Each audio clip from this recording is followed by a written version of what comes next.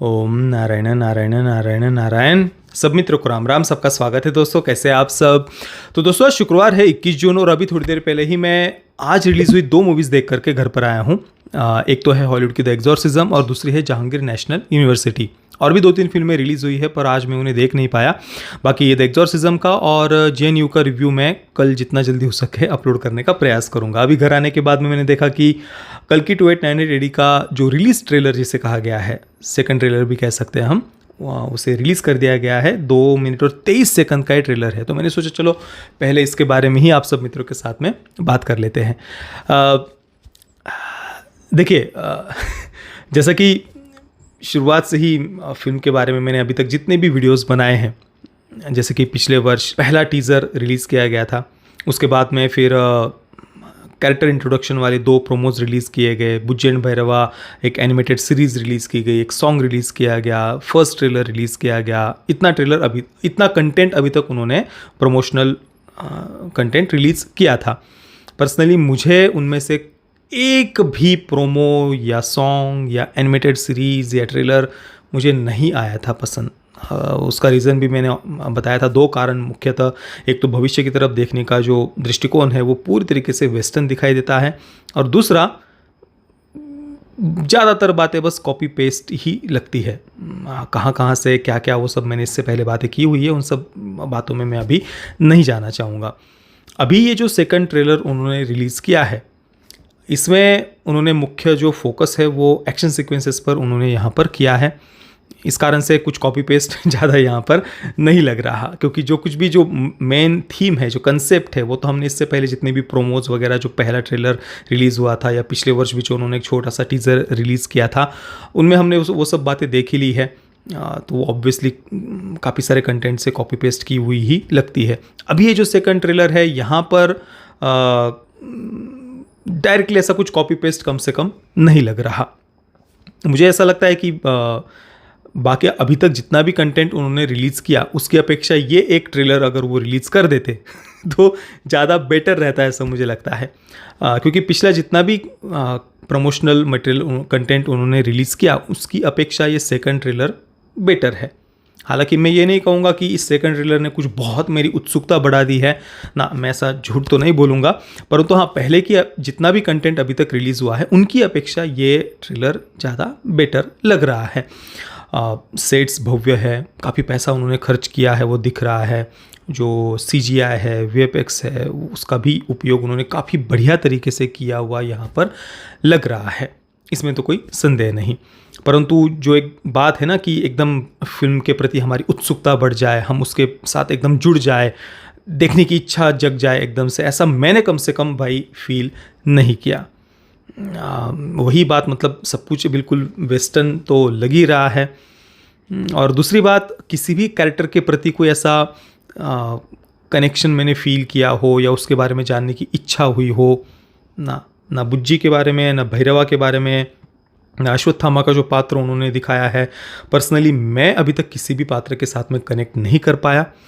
और दूसरी एक जो सबसे जो बात मैंने फील की ये सेकंड ट्रेलर देखने के बाद में, कि कल्कि अवतार को सेंटर में रखकर उन्होंने इस यूनिवर्स को क्रिएट किया है बराबर। अब भैरवा का पात्र कल्कि है नहीं है, इस पर जिसको जो थियरीज बनानी है बना सकता है। अब फिल्म रिलीज़ होने के बाद में तो हम देखेंगे ही, 6 ही दिन बाकी है अभी फिल्म रिलीज़ होने में, तो उस डिबेट में मैं नहीं जाऊंगा। परंतु कहने का तात्पर्य यह है कि कल्कि अवतार को सेंटर में रख कर उन्होंने इस कहानी के जाल को बुना है, इस यूनिवर्स को वो क्रिएट करने वाले हैं। परंतु कहीं पर भी वो कोई आध्यात्मिक फीलिंग हो या कल्कि अवतार, वो एकदम से जो फील होना चाहिए ना अंदर से, जैसे कि एक RRR का उदाहरण मैं यहाँ पर फिर से देना चाहूँगा। उसमें अल्लूरी सीताराम राजू जी, उन्हें फिल्म के एंडिंग में जिस प्रकार से दिखाया है, एकदम से हमारे हाथ जुड़ जाते हैं। हाँ, एकदम से जय श्री राम अंदर से जय घोष निकलता है। तो वो जो एक फीलिंग है ना, वहाँ पर तो कोई अवतार ऐसा कुछ उनकी भावना भी नहीं थी SS राजामौली जी की दिखाने की, परंतु फिर भी वो भाव अंदर से जगा। यहाँ पर पर्सनली ऐसा कुछ फीलिंग ही नहीं आई। मैं ऐसा नहीं कह रहा कि कुछ मुझे नेगेटिव बात करनी है, ऐसे नहीं, पर जो मैंने फील किया सेकंड ट्रेलर देखने के बाद में, वही बस मैं आप सब मित्रों के साथ में शेयर कर रहा हूँ। और ऑब्वियसली मैं तो देखना चाहूँगा ही कि नाग अश्विन जो इसके डायरेक्टर हैं उन्होंने क्या दिखाया है, किस प्रकार से उन्होंने फ्यूचर को इमेजिन किया है। हालांकि काफ़ी सारी बातें वो हमने ऑलरेडी देख ही ली है, परंतु फिर भी जो कली है, कमल हसन उनका जो पात्र है, उसे वो कैसे दिखाएंगे।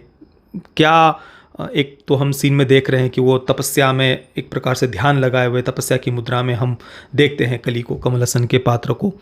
हालांकि पूरे ट्रेलर में कोई ध्यान योग तपस्या वगैरह करते हुए दिख रहा है तो केवल कली का ही पात्र दिख रहा है। बाकी कहीं पर भी कोई इवन अश्वत्थामा का भी पात्र हो या जो भी किसी भी पात्र को हम कोई ध्यान में, योग में, तपस्या में ऐसा कहीं पर किसी को नहीं देख रहे हैं। पता नहीं इसके पीछे का क्या रीज़न है, ऐसा उन्होंने क्यों दिखाया, इसके पीछे का वो क्या रीज़न दिखाएंगे, ये ऑब्वियसली मेरी देखने की उत्सुकता है। परंतु जो बात मैंने कही ना कि कल की अवतार, जो कि बिल्कुल आध्यात्मिक फीलिंग आनी चाहिए अंदर से, एकदम से ऐसा उछल पड़ना चाहिए ना हमें देखकर ट्रेलर को या जो भी प्रमोशनल मटेरियल है, ऐसा मैंने अभी तक किसी भी प्रमोशनल कंटेंट को देखकर ऐसा कुछ फील नहीं हुआ इस फिल्म के। और दोस्तों सच कहूँ तो इससे ज़्यादा आध्यात्मिकता तो मुझे अवतार द लास्ट एयरबेंडर में दिखाई दी थी। मैंने उसका प्रॉपर रिव्यू तो नहीं किया, परंतु उसके 2 एपिसोड्स देखने के बाद में मैंने एक वीडियो बनाया हुआ है, वो वीडियो आप अवश्य देखना, मैंने काफ़ी विस्तार से उसमें बात की हुई है। तो एक अमेरिकन सीरीज़ अवतार द लास्ट एयरबेंडर, उसमें भी इससे कई गुना ज़्यादा आध्यात्मिकता मुझे कम से कम फील हुई उसे देखते हुए। और कई सारे मित्रों को मैंने ये कहते हुए देखा सोशल मीडिया पर कि भाई कल्कि 2898 AD ये फिल्म इंडियन सिनेमा को हॉलीवुड तक लेकर के जाएगी, दुनिया तक लेकर, विश्व तक लेकर के जाएगी वगैरह वगैरह, ये बातें की हुई है। मुझे ये बात सच में समझ में नहीं आई कि भाई अपने आप को वेस्टर्न करके फिर हम हॉलीवुड तक पहुँचेंगे क्या। RRR को मैं फिर से उदाहरण दूंगा, RRR ने अपने आप को कहीं पर भी वेस्टर्न नहीं किया।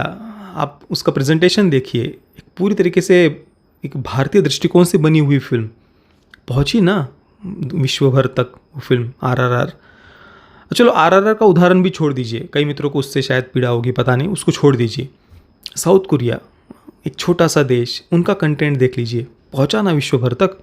कहीं पर भी वेस्टर्न माइंडसेट दिखेगा ही नहीं आपको कोरियन कंटेंट में, वो ट्रेडिशनल पॉइंट ऑफ व्यू से बना हुआ कंटेंट, के ड्रामाज, उसको छोड़ दीजिए। जापानीज एनिमे देख लीजिए, अमेरिकन यूट्यूबर्स, कई सारे क्रिटिक्स वगैरह या दूसरे भी कई सारे क्रिटिक्स आपको मिल जाएंगे अलग अलग देशों के, जो किसी अन्य देश का तो कंटेंट का रिव्यू नहीं करेंगे, परंतु जापानीज एनिमे का तो करेंगे ही करेंगे।